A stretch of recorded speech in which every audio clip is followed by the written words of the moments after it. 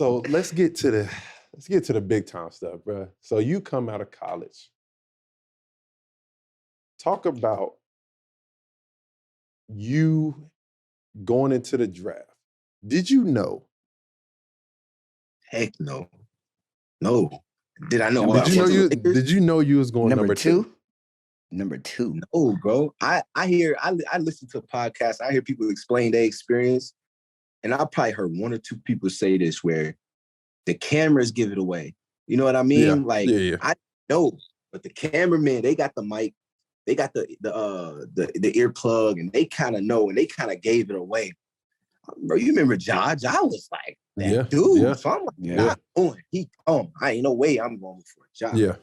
So what happened, it just kind of surprised everybody. I was just in shock the whole night. It didn't hit me until I got there, to be honest. Yeah. That's was you like killing in your workouts or something like that? Like, no, that's the thing. I didn't do the like if I would have went to the combine, they would have been like close guy in the NBA. You know what I mean? They would have been like vertical test. Like I wasn't that guy. Like I didn't stand out like that. I had to play and like get into a 5-on-5 setting, but my representation, they started being just kind of being secluded with that and doing only like private workouts with, you know, 1-on-1, 2-on-2, like things like that with coaches instead of, you know what I mean? It only could hurt my value thing. And I understood that. So I went to the Lakers workout. I was sick, I think, and I didn't even shoot the ball. It was just like a shooting drill, a few like workouts, like a test. Like I did like a few interviews. And I was just upset because I didn't work out. Like I didn't shoot the ball well. And I was just like, dang, I messed up. I know I messed up that opportunity. And then they ended up saying they wanted me to come back for a second workout. And I was like, man, the way I shot the ball, ain't no way they want me to come back. And I ended up going back, and it was like a 3-on-3 situation where we was playing, and I dominated that, and they kind of got a better feel for me. And that's when I kind of knew. But my best workout was with the Timberwolves. They was the number 1 pick. I was like, Carl, I might go 1. Like, I ain't gonna lie.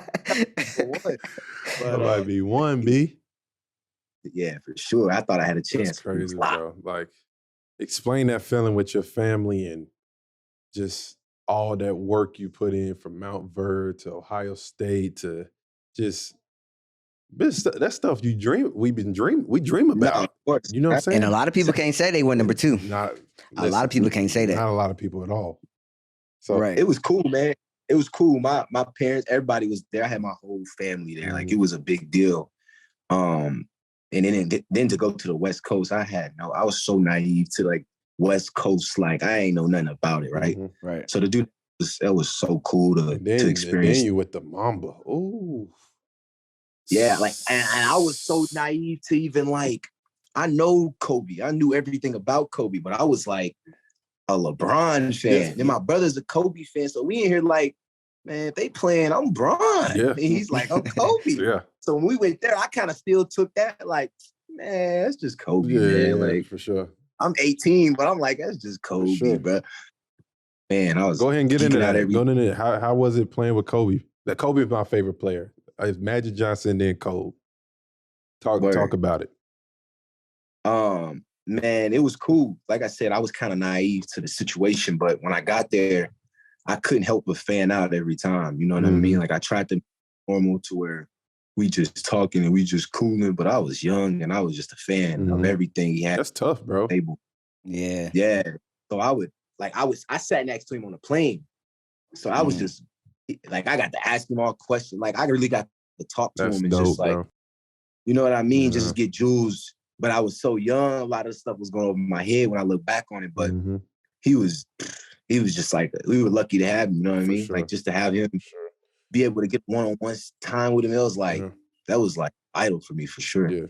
Yeah, that's dope. Yeah. So what was your biggest adjustment? Because so me and you both played in New York, but also playing in LA is tough. Like it's a different type of pressure. It's a different type of expectation, and you're expected to win. And you was the number 2 pick and too. You, so and you the number 2 pick. So they're expecting you to come in and change. They expecting you to come in and change everything. So it's. I don't know if they was expecting that though. honestly, because it kind of turned into that, like where I felt that, and then it turned into the Kobe farewell tour. So it was like at the jump, we knew it was his farewell tour, and it was like, it was no more pressure, no more attention was on me. Yeah. It was just kind of like, Kobe, get the ball. I was right. Yeah, because you watching just like we were. Man, it was times where you would get booed if you didn't pass him the ball. Yeah, that's tough, especially in your like you trying to develop your game too, and then you gotta. But rightfully so, he earned that. You know what I'm saying? I was booing you. I was booing you if you didn't pass the ball. So we on the same thing. I just feel too, man. The way people treated him, was crazy, bro. Like he was really like the way like he walk in a room and you just was like you could see everybody like get quiet or like just like this whole motion just walked in the room. You could feel it. Yeah.